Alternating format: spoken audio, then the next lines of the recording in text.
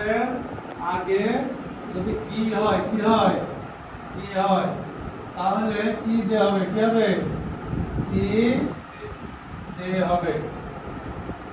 মাসের আগে যদি কি থাকে ই দে হবে। যেন আমরা পড়েছি কি এক্সাম্পল দিলে ভালো বুঝলাম। মনে করো পড়েছে ও ইও গি মাস, মনে আছে? ও ইও গি মাস মানে কি?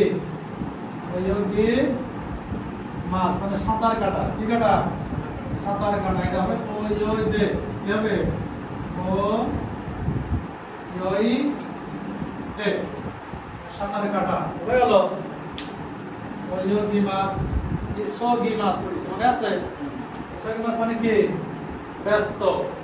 ইসো গি মাস মানে ব্যস্ত। এটা হচ্ছে ইসো ই দে, কি হবে? ইসো ই দে। বুঝা গেল?